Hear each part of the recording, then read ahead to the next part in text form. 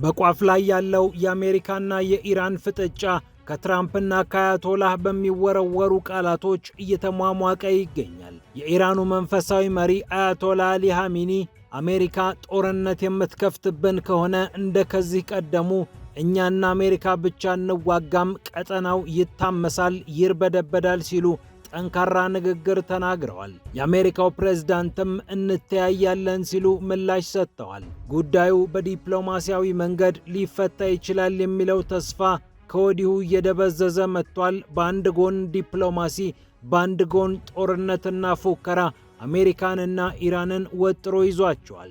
ይህ እንደተጠበቀ ሆኖ የእስራኤል ጦር ኤታማዦር ሹም በሚስጥር ወደ ፔንታገን ገብተው እንደወጡ ተሰምቷል። ወደ አሜሪካ ያደረጉት በረራ የትኛውም መገናኛ ብዙሃን ሳይዘግበው ቆይቶ ባልተጠበቀ መንገድ ሾልኳል።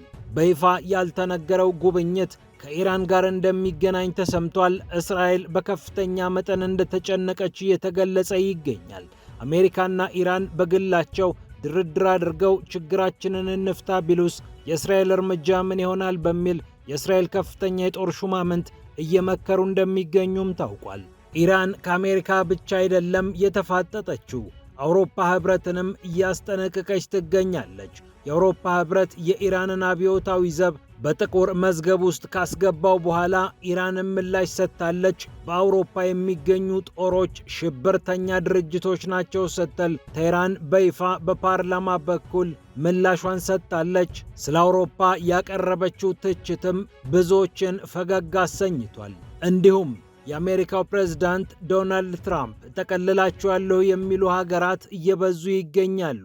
51ኛ፣ 52ኛ፣ 53ኛ የአሜሪካ ግዛት ይሆናሉ የተባሉትንም ሀገራት ትራምፕ በይፋ ዘርዝረው በአንድ መገናኛ ብዙሃን ባልገቡበት የራት ስነ ስርዓት ላይ ተናግረዋል። ዋሽንግተን ፖስትም የትኞቹ ሀገራት ናቸው የሚለውን ጉዳይ ይዞት ወጥቷል። እንመለከተዋለን።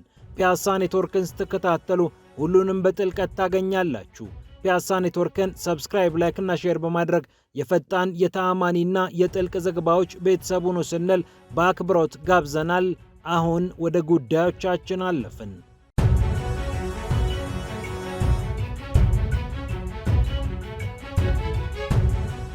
አሜሪካና ኢራን አሁንም ተፋጠዋል። በረድ ለዘብ ባለ ሲል መልሶ የሚጠነክረው የሁለቱ ሀገራት ክረት አሁንም እንደቀጠለ ይገኛል። የኢራንን 47ኛ የአብዮት በዓል ምክንያት በማድረግ የኢራኑ መንፈሳዊ መሪ አያቶላ አሊ ኻሜኒ በአደባባይ ወጥተው ለሕዝባቸው እንዲህ ተናገሩ። አሜሪካ እኛን የምታጠቃና ጦርነት የምትከፍትብን ከሆነ የሚከፈተው ጦርነት በሁለት ሀገራት መካከል የሚሆን ጦርነት አይደለም፣ ቀጠናዊ ጦርነት ጠብቁ ሲሉ አያቶላህ ተናገሩ። የአሜሪካ ጦር እያስፈራራ ወደ መካከለኛው ምስራቅ በደርዘን የሚቆጠሩ የጦር መርከቦችንና የጦር ጀቶችን እያንቀሳቀሰ በሚገኝበት ሰዓት በአንድ በኩል ትራምፕ ብንነጋገር ይሻላል እያሉ የተለያዩ ነጥቦችን በሚያነሱበት የራሷ የኢራን መሪዎችም ይህንን ሐሳብ በሚደግፉበት አውድ ነው አያቶላ አሊ ኻሜኒ ይህንን ንግግር የተናገሩት። እጅግ በጣም ግዙፍ፣ እጅግ በጣም የሚያምር የመርከብ ክምችት ወደ ስፍራው እየተንቀሳቀሰ ነው ብለው ሲፎክሩ የነበሩት ዶናልድ ትራምፕ ከአያቶላህ ጠንከር ያለ ምላሽ ነው የተሰጣቸው። ማወቅ አለባቸው፣ ጦርነት የሚጀመር ከሆነ ቀጠናዊ ጦርነት ነው የሚሆነው ሲሉ 1979 እንደ አውሮፓውያን አቆጣጠሩን የሀገራቸውን አብዮት ምክንያት በማድረግ ንግግር ያቀረቡት ኻሜኒ ተናግረዋል።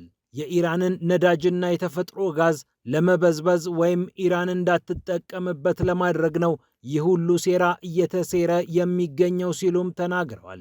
ዶናልድ ትራምፕም ምላሻቸውን ሰጥተዋል።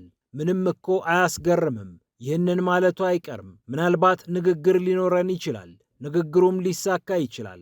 ነገር ግን ንግግሩ የማይሳካ ከሆነ እርሱ ወይም እኛ ትክክል እንሆናለን፣ ሁሉንም ነገር እናየዋለን በማለት የአሜሪካው ፕሬዝዳንት ዶናልድ ትራምፕ በሁለቱም በኩል መምጣት እችላለሁ፣ ሞክሩኝ፣ እንተያያለን በሚል ስሜት ንግግራቸውን አሰምተዋል። የአሜሪካው ፕሬዝዳንት በታህሳስ ወር የነበረውን አመፅ ተከትሎ በሀገሪቱ ላይ እርምጃ ልወስድ እችላለሁ፣ እናንተ በሰልፋችሁ ግፉ፣ እኔም በጦሬ ገፋለሁ ብለው ለኢራን ሕዝብ መልእክት እስከ ማስተላለፍ ደርሰው ነበር። ይሁንና ያሰቡት ሳይሳካ የኢራን የጸጥታ ኃይሎች በግድም በውድም በሺዎች የሚቆጠሩ ሰዎች ደም ፈሶም ቢሆን አመጹን አክሽፈውታል።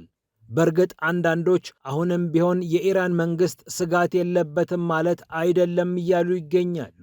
ይሁንና ለአሜሪካና ለእስራኤል ጭንቅ የሆነባቸው የኢራንን መንግስት ለመጣልም ሆነ ለመደብደብ ምክንያት ያስፈልጋልና በአመፀኞቹ ስም ታስቦ የነበረው ድብደባ በምን መልክ ሊካሄድ ይችላል የሚለው ትልቅ ጥያቄ ሆኖባቸዋል። ሰልፈኞቹ በውጭ ኃይሎች የተገዙ እንዲሁም በአሜሪካና በእስራኤል የተገዙ ሽብርተኞች ሲሉ ነው አያቶላ አሊ ኻሜኒ ሰዎቹን የገለጿቸው። አሜሪካ ስትወጥራት ፊቷን ወደ ሞስኮ ዙራ አጋርነት የጠየቀችው ሀገረ ኢራን ከሩሲያው ፕሬዝዳንት ቭላዲሚር ፑቲን ጋር እንዲገናኙ የሀገሪቱን የብሔራዊ ጸጥታ ካውንስል ኃላፊ አሊ ላሪጃኒን ወደ ስፍራው መላኳ የሚታወስ ነው። የኢራን የውጭ ጉዳይ ሚኒስትር የሆኑት አባስ አራግቺም ነገሩ በሰላም ሊያልቅ ይችላል ብለው መናገራቸው የሚታወስ ነው። ላሪጃኒም በተመሳሳይ ዲፕሎማሲው ሊያሸንፍ ይችላል ብለው ተስፋ መስጠታቸው የሚታወቅ ነው። ይሁንና የትራምፕና የአያቶላህ ንግግሮች ሰላሙን ያደፈርሱት ይሆን ወይስ አያደፈርሱት ይሆን የሚለው ጥያቄ እየተጠየቀ ይገኛል። ይህ እንደተጠበቀ ሆኖ የእስራኤል ጦር ኃይሎች ኢታማዦር ሹም በሚስጥር ወደ አሜሪካ ማቅናታቸውና ከፔንታገን ከፍተኛ ሰዎች ጋር መነጋገራቸው እየተሰማ ይገኛል። እስራኤል የአሜሪካ ነገር አላማራትም የሚለው የአርቲ ሪፖርት ምናልባት ዋሽንግተን ብቻዋን ተነጥላ ከቴህራን ጋር ብትነጋገርና ብትደራደር ወይም ስምምነት ላይ ብትደርስ እኛ ምን ማድረግ እንችላለን በሚለው ጉዳይ ላይ እስራኤልና የጦር መኮንኖቿ እየመከሩ እንደሚገኙ ተሰምቷል። የእስራኤል ጦር ኃይሎች ኤታማዦር ሹም የሆኑት ሌትናንት ጀነራል ኢያር ዛሚር ናቸው ወደ ዋሽንግተን በሚስጥር በረዋል የተባሉት። በኢራን የኒውክሌርና የሚሳኤል ፕሮግራሞች በአሜሪካ የአካባቢው እንቅስቃሴ ላይ እስራኤልና አሜሪካ እንዲመክሩ በሚስጥር የተያዘ ቀጠሮ ነበር። የእስራኤሉም ሰው ድንገት ሹልክ ብለው ፔንታገን ተከስተዋል ነው የተባለው። ዛሚር ወደ አሜሪካ ካቀኑ በኋላ አቻቸውን ጀነራል ዳን ኬንን ማግኘታቸው እንዲሁም ከሌሎች የፔንታገን ባለስልጣናት ጋር መምከራቸው በምክክራቸውም ወቅት ከፍተኛ የሚባል የደህንነት መረጃ እንደተለዋወጡ እየተሰማ ይገኛል። የትራምፕ አስተዳደር ከቴህራን ጋር አንዳች የሆነ ዲፕሎማሲያዊ ንግግር ቢያደርግ ብላ የተጨነቀችው እስራኤል የአሜሪካን ሐሳብ በሚገባ መስማት ስለፈለገች ነው በሚስጥር የጦር መሪዋን ወደ ስፍራው የላከችው። ምንም እንኳን ዶናልድ ትራምፕ እስራኤልን ጣጥለው ከኢራን ጋር የተሻለ ግንኙነት ይመሰርታሉ ብሎ መገመት ከወዲሁ ቢያስቸግርም ሰውየው ግን የማይገመት ባህሪ ያላቸውና ይህ ደግሞ እስራኤልን አስጨንቋታል።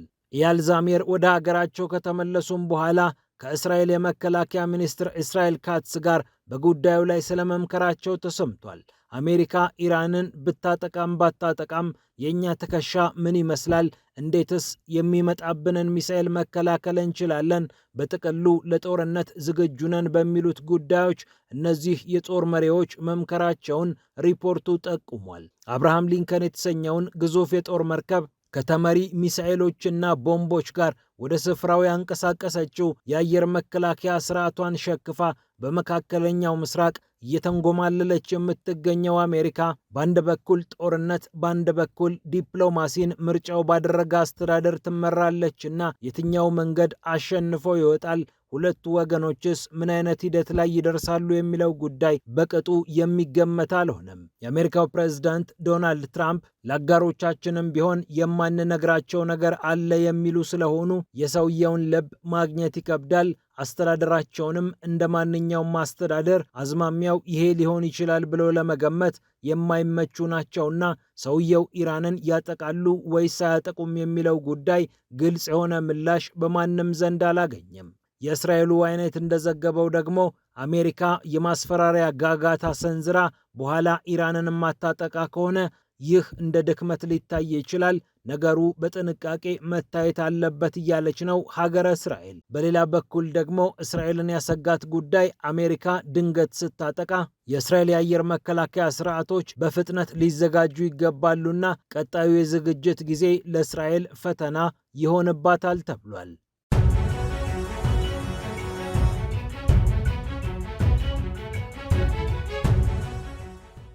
ይህ እንደተጠበቀ ሆኖ ኢራን በአውሮፓ ህብረት ላይ ፎክራለች። የአውሮፓ ህብረት ውስጥ የሚገኙ ጦሮች አሸባሪዎች ናቸው ስትል ነው በፓርላማዋ በኩል ይፋዊ ፍረጃዋን ያስቀመጠችው። የአውሮፓ ህብረት የኢራን አብዮታዊ ዘብን በጥቁር መዝገብ ከመዘገበ በኋላ ነው ኢራን የሽብርተኝነት ምላሽ የሰጠችው። እናንተ በጥቁር መዝገብ ውስጥ ስታስገቡን እኛ ደግሞ ሽብርተኛ እንላችኋለን በማለት የኢራን አብዮታዊ ዘብ በተለያዩ ሀገራት እንደ ሽብርተኛ የሚታይ ቢሆንም የአውሮፓ ህብረት እስካሁን ሽብርተኛ ነህ ወይም በጥቁር መዝገብ ውስጥ ትገባለህ ብሎት አያውቅም። አብዛኛውን ፖሊሲውን ከአሜሪካ ጋር የሚያመሳስለው አውሮፓ በተወሰነ ደረጃም ቢሆን ኢራን ላይ ከፍተኛ የሆነ ጫና ሳያሳርፍ ቀርቷል። ወይም ጫናዎችን ለማሳረፍ የአሜሪካን መንገድ 100% ሳይከተል ቆይቷል። የኢራን አብዮታዊ ዘብን በጥቁር መዝገብ ውስጥ ያስገባው አውሮፓ ከኢራን ምላሽ ሲሰጠው መሐመድ ባቀር ቃሊባፍ እንዲህ ሲሉ ተናገሩ። ቃሊባፍ የኢራን ፓርላማ አፈ ጉባኤ ናቸው። አለቆቻቸውን አሜሪካውያንን ለማስደሰት ይህንን አደረጉ ሲሉ ቃሊባፍ ተናገሩ። ቃሊባፍ አለቆቻቸውን ለማስደሰት ያሉት በተለይ ከግሪንላንድ ጋር በማገናኘት ነው። ግሪንላንድን እጠቀልላለሁ እያሉ እየፎከሩ የሚገኙት የአሜሪካ ፕሬዝዳንትን ለማስደሰት እኛን ማስከፋት መርጠዋል ሲሉ ቃሊባፍ በቅኔ ተናግረዋል። የአውሮፓ ህብረት በኢራን አብዮታዊ ዘብ ላይ የወሰደው እርምጃን ተከትሎ ቀጠናውን ብራሰልስ እሳት እያቀጣጠለ ነው በማለት የኢራን የውጭ ጉዳይ ሚኒስትር አባስ አራግቺ መናገራቸው የሚታወስ ነው። ስትራቴጂያዊ ስህተት ነው፣ ለተራ የህዝብ ግንኙነት ፍጆታ የተከወነ ሲሉም አውግዘውት ነበር።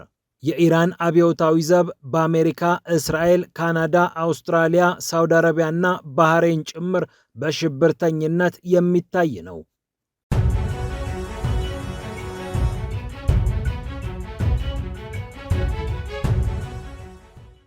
በመጨረሻም ዶናልድ ትራምፕ እንደ ቀልድ ጣል ያደረጓቸው ነገሮች ብዙዎችን አስገርመዋል።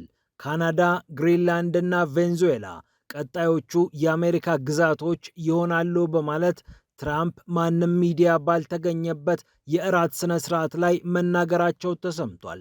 ዋሽንግተን ፖስትም ሰማሁ ያለውን ነገር ለአንባቢያኑ አጋርቷል። አልፋልፋ ክለብ የተሰኘ በየዓመቱ ልዩ የእራት ስነ ስርዓት በሚካሄድበት ስርዓት ላይ ነው የአሜሪካው ፕሬዝዳንት ዶናልድ ትራምፕ ይህንን የተናገሩት። የተለያዩ የኩባንያ ስራ አስፈጻሚዎች፣ ፖለቲከኞችና በዋሽንግተን ፖለቲካ አካባቢ የማይጠፉ ስሞች በተገኙበት ምሽት ላይ ዶናልድ ትራምፕ እንዲህ ሲሉ ተናገሩ። ለመጀመሪያ ጊዜ በእራት ስነ ስርዓቱ ላይ የተገኙትና የግዙፉ የፋይናንስ ተቋም ጄፒ ሞርጋን ዋና ስራ አስፈጻሚ ጄሚ ዲሞን በተገኙበት እንዲሁም ሌሎች ከፍተኛ ባለስልጣናት በተገኙበት ነው ትራምፕ ንግግራቸውን ያቀረቡት። እዚህ ክፍል ውስጥ ብዙ የምጠላቸው ሰዎች አሉ። ብዙዎቻችሁን በእርግጥ እወዳችኋለሁ። አሁን ንግግሬን ብዙም አላረዝምባችሁም፣ አሳጥርላችኋለሁ። ምክንያቱም የግሪንላንድን ወረራ መመልከት ስለሚኖርብኝ በማለት በስላቅ የተሞላ ቅኔ ጣል አድርገዋል።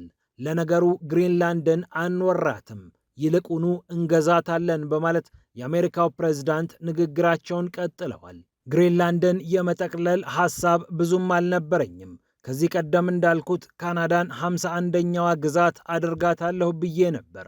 በቃ አሁን ግሪንላንድ 52ኛዋ ግዛት ትሆናለች፣ ቬንዙዌላ ደግሞ 53ኛዋ በማለት አስገራሚውን ንግግራቸውን ተናግረዋል። ስለ ግሪንላንድና ካናዳ ከዚህ ቀደም ቢናገሩም ቬንዙዌላን ግን በይፋ በአሜሪካ ግዛት ውስጥ ትሆኛለች ሲሉ አልተደመጡምና የዋሽንግተን ፖስት ዘገባን የተመለከቱ ሰዎች ሁሉ ሰውየው ቬንዙዌላን የመጠቅለል ሐሳብ አላቸው ወይ በማለት እንዲጠይቁ አድርገዋል። በእርግጥ የቬንዙዌላን ነዳጅ እንወስደዋለን፣ እናስተዳድረዋለን ብለው በአደባባይ ተናግረዋል። ስለ ግዛትነት ግን ሲናገሩ አልተደመጡም። ሰውየው አንዳንዱን ነገር በጨዋታ መልክ አቅርበው በኋላ ኮስተር ስለሚሉበት ቬንዙዌላስ ቀጣይ እጠቀልልሻለሁ የምትባል ሀገር ትሆን የሚል ጥያቄም ተነስቷል።